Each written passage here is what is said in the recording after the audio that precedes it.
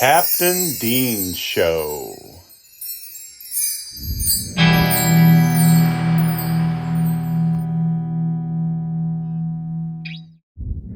Hey, what's up? Welcome to a special episode of the Captain Dean Show.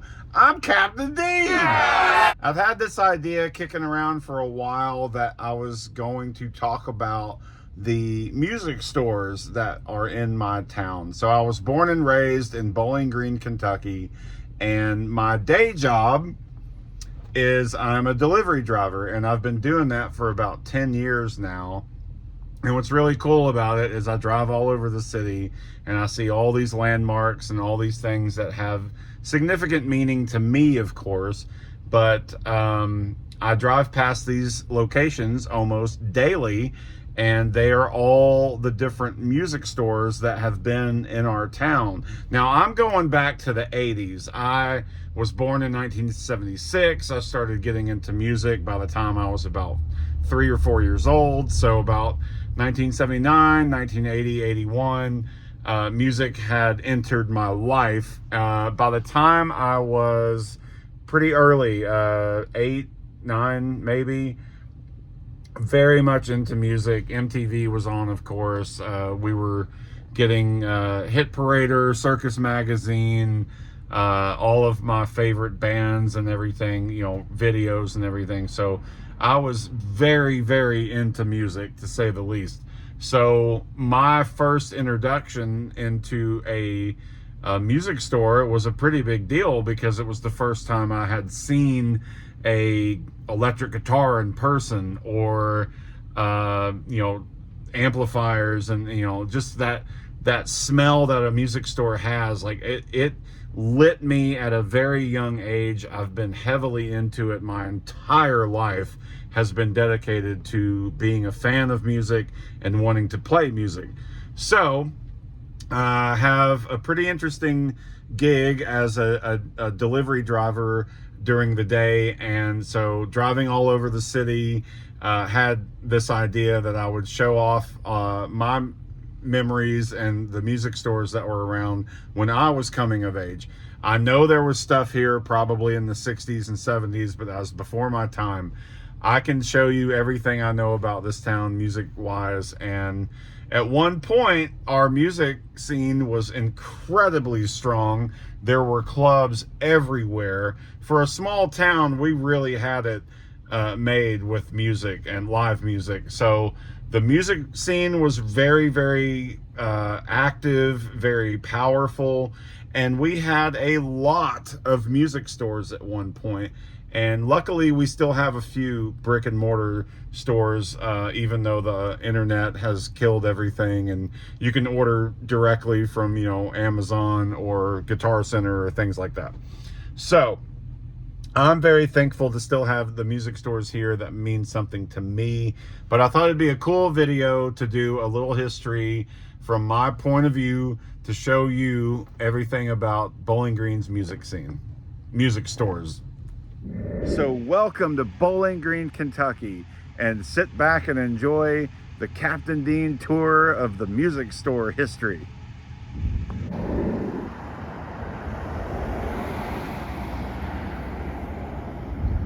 So behind me right here on the 31W bypass, this used to have a building right here, and it was a brick building, had like maybe 3 or 4 businesses in it.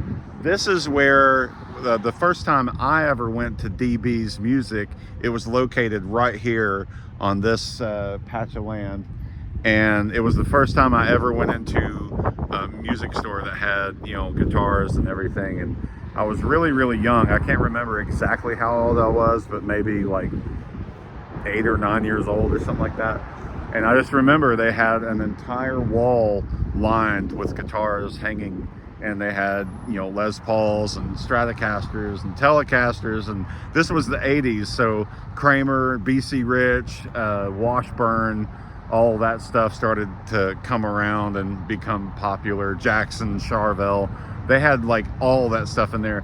Everything I was looking at in guitar magazines or Hit Parader or Circus, all of the bands that I loved and grew up loving and watching. That kind of gear is what was in that store. So this is originally where DB's was, and then they moved down the street to the other location. Okay, so this used to be DB's Music. It was a really important music store in my life because of its location and the fact that it had everything: guitars, bass, drum equipment, and a really cool staff that worked here. The cool thing about this, it's on the corner of Small House Road and Broadway, which is a pretty important stretch of road in Bowling Green. And my grandmother lived just a few miles from here, so when I was a kid I used to ride my bike up here and hang out for like 2 or 3 hours every day, and they got to know me and didn't seem to mind. I still know a guy, Todd, that used to work here, and I see him on occasion and we talk every now and then. So pretty cool memory for this place. But DB's Music was a big part of my life, and a lot of my equipment came from here. My first guitar came from here, and very thankful for the memories of this place.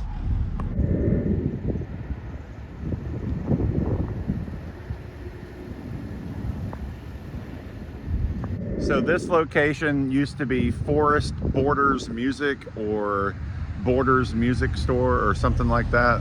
I went there a handful of times when I was really young. Apparently Forest Borders was a very popular guy in our local music scene, behind the scenes, but also a performing musician. And when I was really young, this particular location here was Fairview Music, or Forest Borders Music, or Borders Music. I think it went through a couple of different name changes. I actually shopped here quite a bit. My brother got his first bass guitar here when he was 16 because they were a PV authorized dealer, and he got a PV Fury bass. I think I got random stuff like drumsticks and maybe guitar strings, but I never bought anything big here. But anyway, this is where Borders Music, or Fairview Music, was once located, right here off of the 31W bypass in Bowling Green.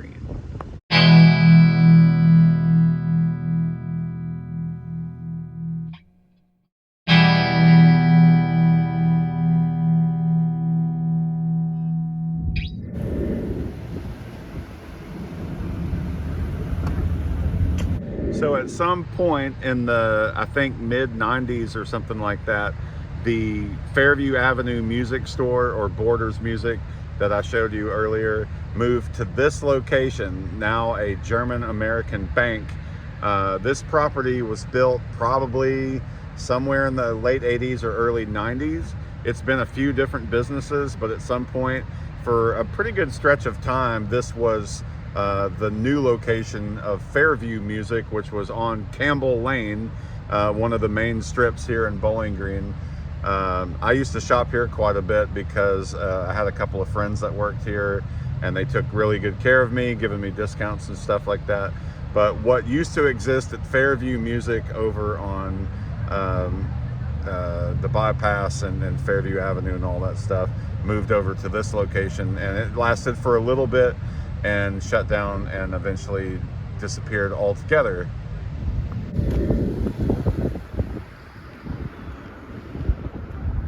Okay, another music store that opened up on Campbell Lane was right here.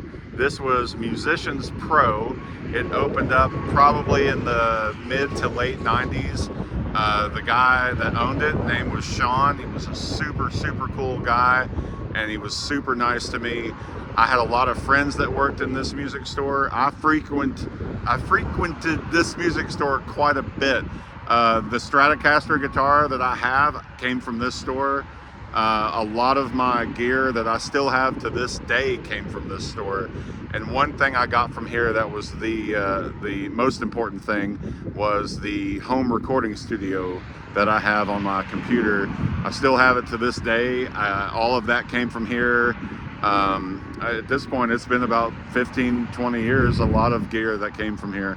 But I want to say this opened probably in like 97, 98. I could be wrong about that. But Sean and a lot of people that worked here were really good to me. So Musicians Pro started out here on this corner, and then at some point they moved down a couple down to this one because he also does live stage rental and sound equipment and stuff like that. And then behind this building there's a huge storage, like warehouse kind of thing, and a lot of that happened because he was able to access the back of the building as well for storage reasons. So Musicians Pro sat on this property for quite some time. They finally closed down, I think about a couple of years ago, but oddly enough the name is still on the main sign here, right here off Campbell Lane, one of the main strips here in Bowling Green. At one point had two very important music stores in my life, so very thankful for that.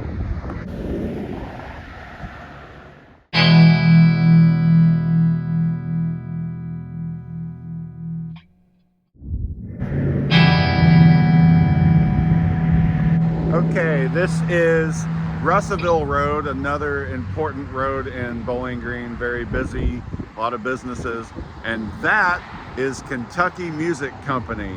It opened, I think, in the late 80s. It used to just be a really tiny portion of that building. It started out with just a small room, a couple of guitars, and grew into, this is where all the rednecks shop. It grew into a very big business over the years. It's still around to this day. I started shopping here when it first opened, when I was pretty young, and I think the last time I ever went in there I was like 17.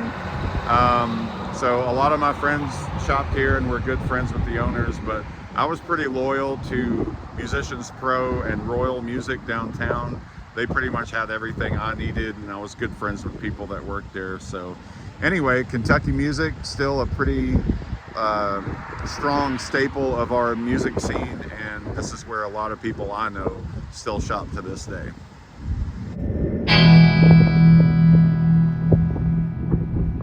So this is another music store on Russellville Road.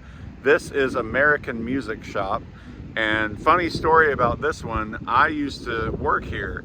So as a kid, I came to this music store on many occasions, and I didn't really get a lot. He had a couple of drum hardware and stuff like that I would get, but for the most part, a lot of my friends would come here. He was really known for amp repair and working on electronics and stuff like that.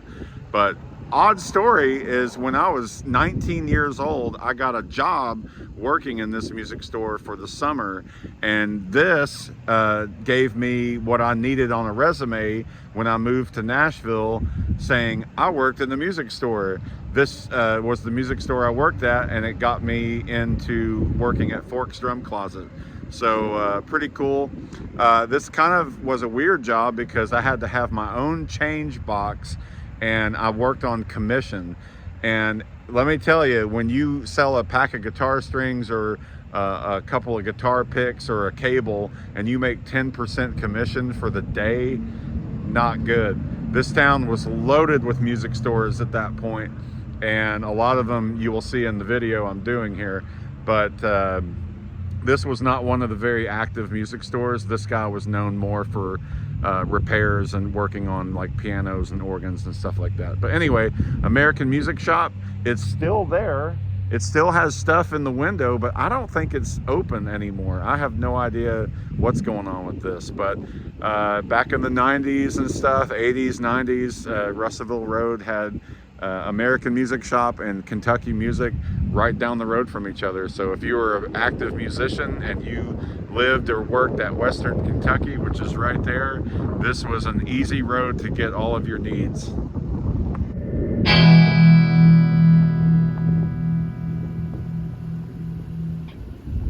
All right, so here's an interesting one.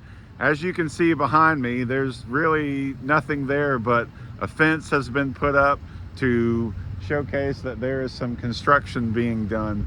But this piece of property right here in downtown Bowling Green, right off the square over there, this is State Street, and this is where Royal Music used to be. Now, when I was growing up, Royal Music was the place to go. They were known for having marching band equipment. They supplied of course, band equipment for all of the local schools and everything like that. But if you were a drummer, this was the spot. There was a guy named Webb that worked here, and I actually ran into him not that long ago. He was the ultimate go-to drum guy in Bowling Green, and he worked here, of course, as an employee, salesman. He did repairs, he taught lessons, things like that. But he was a super, super cool guy. And this location burned down a few years ago. So unfortunately, the original Royal Music, which kind of got junked up anyway, but it was still standing, the building and everything. The sign was still up there. But not too long ago, this whole building burned to the ground. It had a law firm in it. I think it had some like government offices or something like that.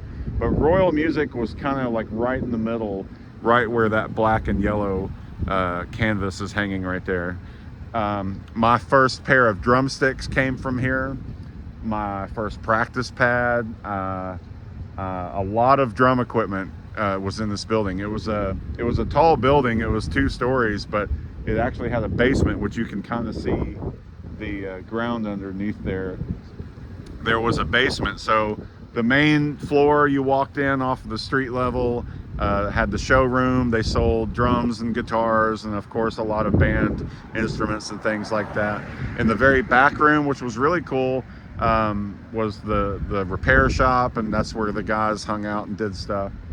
They also had an upstairs where they did lessons, and they taught, they would have like concert things up there. It seemed like there was a big room where you could have like an orchestra set up, but there were a lot of little rooms that they did private lessons in.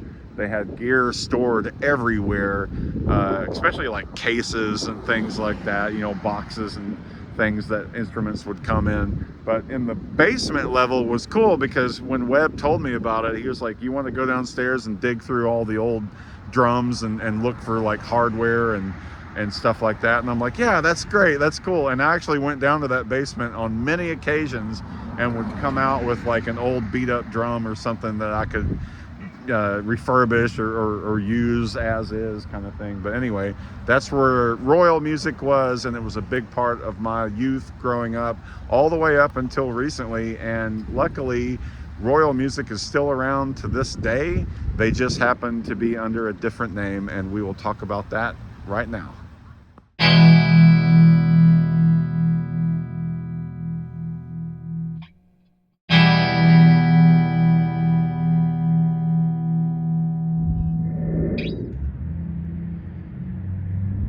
So sometime in the early 2000 area, I can't remember the exact date, but Royal Music was downtown, which is just a few, like a mile or so away from where I'm standing. They moved to this location. This is Cambridge Square, pretty decent sized shopping center here. And Royal Music moved into this location, and then not that long ago they got bought out by Guitar Center, and Guitar Center owns Music and Arts, which is their version of the band, marching band, instrument retailer, things like that. But Royal Music pretty much stayed intact. A lot of the staff stayed with them, and they still have a great selection of guitars, basses, drum kits. When they moved to this location, this became my main music store, and it still is to this day. This is where I get all of my bass strings. This is where I've gotten some pretty cool guitar straps for things I work on, and if I ever need it, these guys help me out and help me get it. So they've been here for quite a while now, and I'm very happy to say I'm still a loyal customer.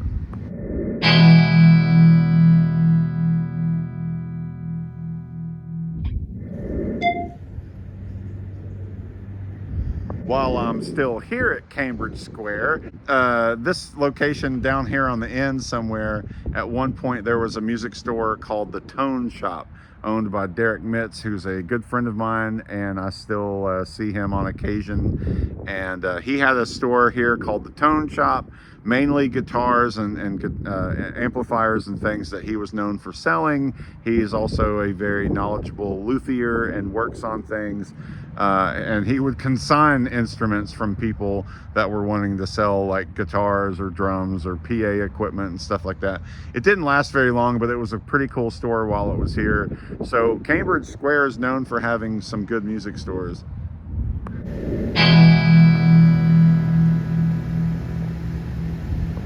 So here I am on Lehman Avenue, right off of Fairview Avenue, and this is the Midtown Plaza Shopping Center, mostly known for Deemer's Florist over there. But right behind me, you think they sell home oxygen medical equipment, but they also have guitars. There's a store in there, you can barely see the sign, it's called All Things Guitar. It is owned by a guy named Eric Self. He is really specializes in giving lessons, and he has a vast array of, he's luthier and all that kind of stuff, but he does have a small shop in there, and they sell guitars, basses, and I think sometimes like keyboards and microphones and just random stuff like that. But it's a little tiny music store right here inside here. It's a little hidden gem if you don't know about it. Eric's been really good to me over the years. I've gotten silly things from him, like guitar straps and things like that. I did buy one bass off of him one time, but unfortunately I didn't own it for that long. I ended up selling it to get another bass I was interested in getting. But All Things Guitar right here in Lehman Avenue, Midtown Plaza. Come by and check it out.